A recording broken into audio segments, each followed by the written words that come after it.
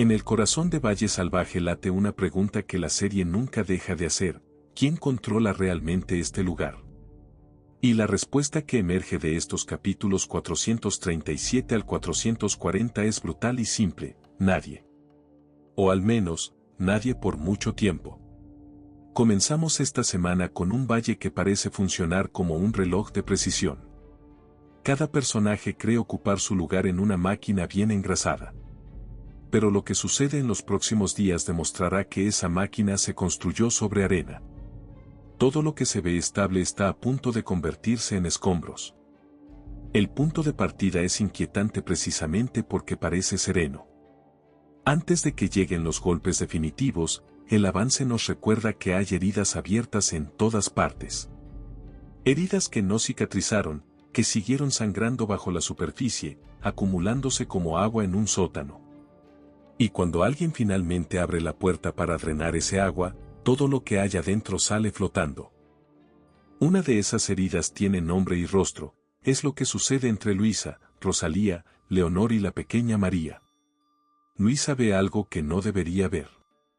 Ve a Rosalía sosteniendo a la criatura, llamándola hija, con una ternura que solo una madre posee.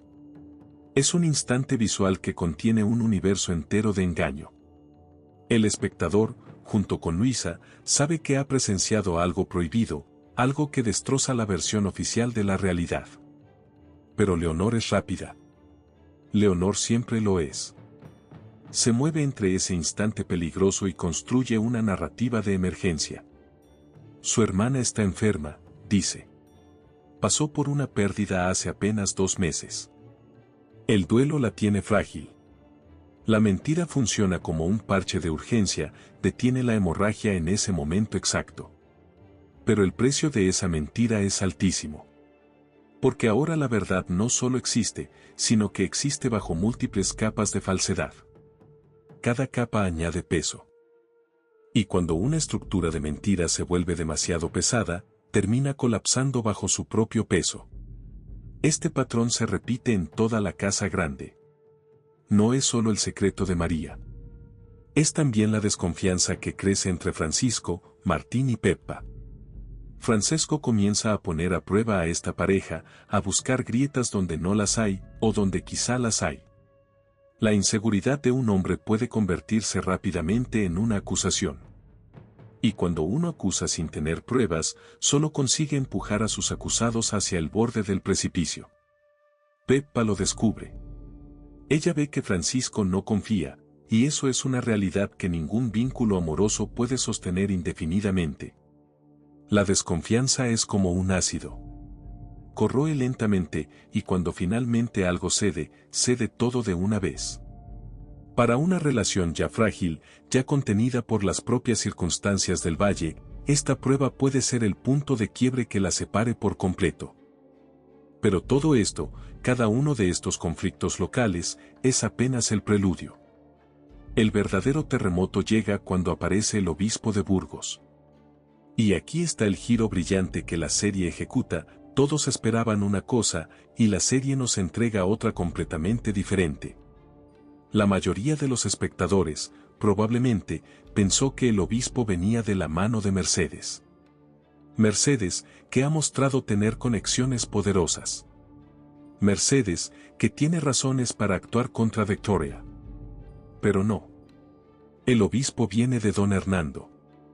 Don Hernando, quien decidió que el momento de castigar a Victoria ha llegado, y quien tiene los medios para hacerlo usando la autoridad religiosa como arma. Este es un movimiento político de una sofisticación peligrosa. Porque cuando combinas el poder eclesiástico, la deuda política y la humillación pública, no estás simplemente ejecutando justicia. Estás ejecutando venganza bajo la máscara de autoridad. Y es justamente eso lo que la serie nos pregunta: ¿puede seguir llamándose justicia cuando su ejecución es tan brutal, tan envenenada por los motivos personales? La llegada del obispo no es ceremonial. No es un trámite religioso formal. Es una amenaza materializada, vestida con las ropas de la autoridad. Y Victoria, a quien hemos visto dominar tantos espacios, se encuentra súbitamente en una posición donde la autoridad no emana de ella, sino de los hombres que han decidido usarla como su instrumento. Lo que emerge de esta semana es un retrato complejo de cómo funcionan los sistemas de poder cuando se cierran sobre una sola víctima. Victoria será castigada, ciertamente. Sufrirá humillación, pérdida de estatus, la erosión de todo lo que construyó. Pero la pregunta más profunda es si ese castigo, ejecutado de esta manera, redime a quienes lo administran. Don Aurelio, el obispo, viene armado de justicia eclesiástica, pero ¿es el instrumento de una justicia verdadera o simplemente el cuchillo que don Hernando deslizó en sus manos? Y entonces vemos cómo cada personaje responde a esta presión en aumento. Bárbara no se resigna. Ella ha pasado la serie aprendiendo que la injusticia no merece silencio, y se reafirma en esa convicción incluso cuando todo intenta quebrantarla. Mercedes, la enemiga histórica de Victoria, interviene. Y su intervención es notable porque revela algo que muchos en el valle olvidaron, que incluso las enemistades tienen límites. Que hay una línea entre castigar a alguien y destruirlo, y que cruzar esa línea cuesta algo incluso a quienes la cruzan. Martín comienza a hablar. Ha entendido algo crucial, que el silencio también es una forma de perder. Que cuando callas en un momento donde deberías hablar, estás eligiendo activamente el lado de la opresión. Peppa se enfrenta a una verdad emocional que ha estado esquivando. Manuela, Braulio, todos ellos se encuentran en un momento donde la vida les pregunta quiénes son realmente, más allá de sus roles, más allá de sus papeles asignados. Pero el verdadero epicentro de esta semana está en lo que sucede en el capítulo 440. Porque allí, en los minutos finales, 3 mujeres descubren algo. No es una confesión. No es una amenaza proferida en voz alta. Es un hallazgo. Un descubrimiento. Algo que ha estado esperando, escondido, hasta que finalmente alguien tuvo el coraje o la mala suerte de encontrarlo. Luisa, Bárbara y Leonor. 3 mujeres, cada una portadora de sus propias heridas, sus propias dudas, sus propias lealtades. Luisa, quien ha sido víctima directa del sistema de pactos y transacciones que mantiene vivo el valle. Bárbara, quien ha demostrado una valentía incómoda para quienes prefieren el silencio, quienes prefieren que todo permanezca oscuro. Y Leonor, que es casi un espejo de su hermano, experta en construir mentiras, experta en proteger secretos, pero también peligrosamente cerca de una frontera moral que no sabe si podrá sostener. Cuando estas 3 se cruzan con una prueba material, ya no estamos hablando de sospechas. Las sospechas son etéreas, pueden disolverse bajo la duda. Pero una prueba es tangible. Es un objeto, una carta, una pista concreta. Es algo que puede romperse en las manos, pero que no puede negarse. Y hay una posibilidad que sobresale con particular claridad. Existe una carta, escrita alguna vez por Isabel, que quedó entre las cosas de Bárbara. Una carta que contiene información. Una carta que, si aparece en este momento, en este contexto, podría ser devastadora. Porque esa carta podría revelar la verdad sobre Victoria y la muerte del padre de Bárbara. Podría confirmar lo que muchos han sospechado durante temporadas, que Victoria no fue una víctima en esa muerte, sino una arquitecta. Si eso se confirma, entonces esta semana no termina simplemente con una humillación pública. Termina con algo mucho más profundo. Termina con los muertos regresando en papel y tinta. Termina con la verdad atravesando todas las defensas que se construyeron para contenerla. Este hallazgo, si es lo que creemos que es, cambiaría completamente la posición de Bárbara. Hasta ahora ha sido una figura de desafío, alguien que reacciona ante la injusticia, que busca ayuda, que se reafirma. Pero descubrir algo tan íntimo, tan personal, tan fundacional sobre su propio padre, la llevaría a un nivel completamente diferente de dolor. Ya no estaría luchando contra una autoridad abusiva. Estaría enfrentándose a una herida que quizá llevaba años sin nombre, sin resolución, sin sentido. Imagina el peso de leer esas palabras. Imagina el momento en que Bárbara pasa de la indignación a la certeza. Y la certeza, en una historia como esta, es exponencialmente más peligrosa que la sospecha. Porque la certeza no permite ambigüedades. La certeza exige acción. Leonor también queda atrapada en esta encrucijada. Ha demostrado que puede improvisar mentiras cuando siente que debe proteger a alguien.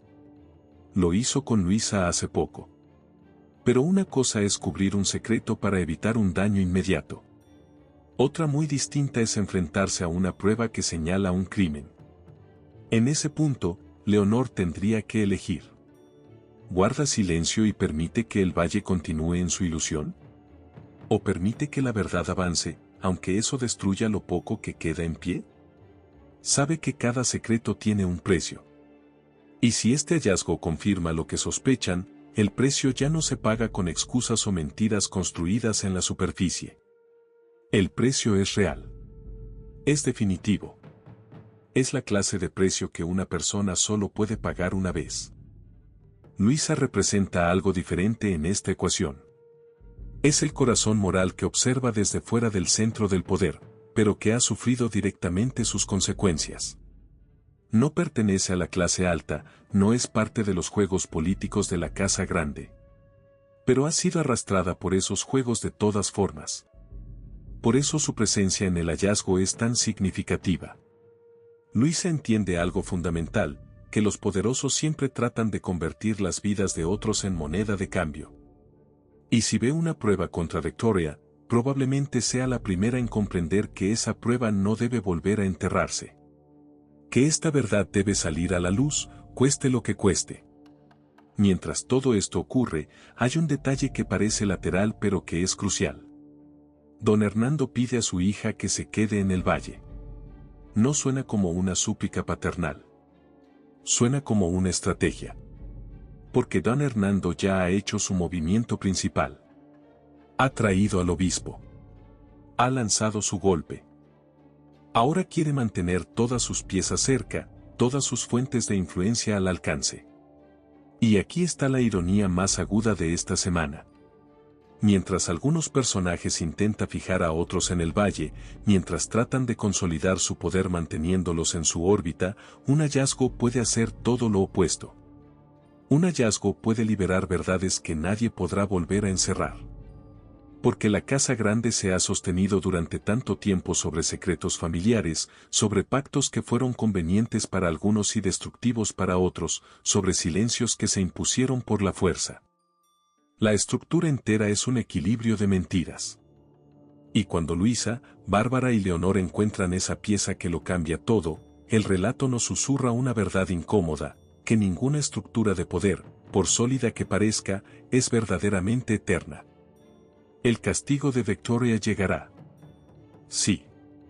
Sufrirá humillación pública a manos del obispo. Su orgullo será fracturado. Su estatus será erosionado. Pero quizá, solo quizá, ese castigo público sea apenas el principio de algo mucho más profundo. Porque una humillación pública puede quebrar el ego de una persona. Pero una verdad familiar, una verdad sobre los crímenes que cometiste, sobre la sangre que derramaste para construir tu imperio, eso puede destruir una vida entera.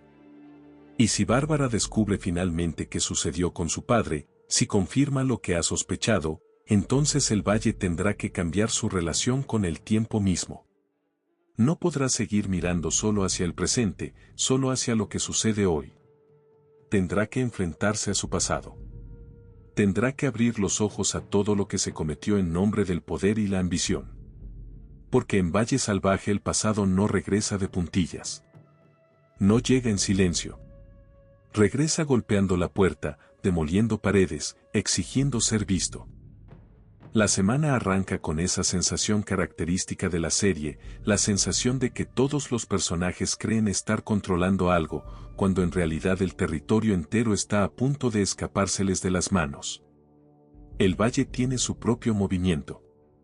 Tiene su propia lógica. Y esa lógica no responde a los planes de ningún individuo, por poderoso que sea. Antes del gran impacto, Antes de que los capítulos 437 al 440 golpeen con toda su fuerza, el avance nos recuerda que hay múltiples heridas que nunca cicatrizaron. No entramos en una semana tranquila. Entramos en una semana donde todo lo que se acumuló bajo la superficie finalmente busca salir. Porque eso es lo que mantiene la tensión en Valle Salvaje, no es solo lo que ocurre, sino como cada intento de escapar de un conflicto termina empujando a los personajes más profundamente dentro de él. Francisco no confía, y esa desconfianza se vuelve contagiosa. Rosalía sostiene a una hija que no le pertenece, y esa imagen queda grabada en la memoria de Luisa. Leonor construye mentira sobre mentira, y cada capa la aleja más de cualquier posibilidad de redención. El obispo llega no como guía espiritual sino como arma. Victoria se ve a sí misma como una reina, pero descubre que es un peón en el tablero de don Hernando.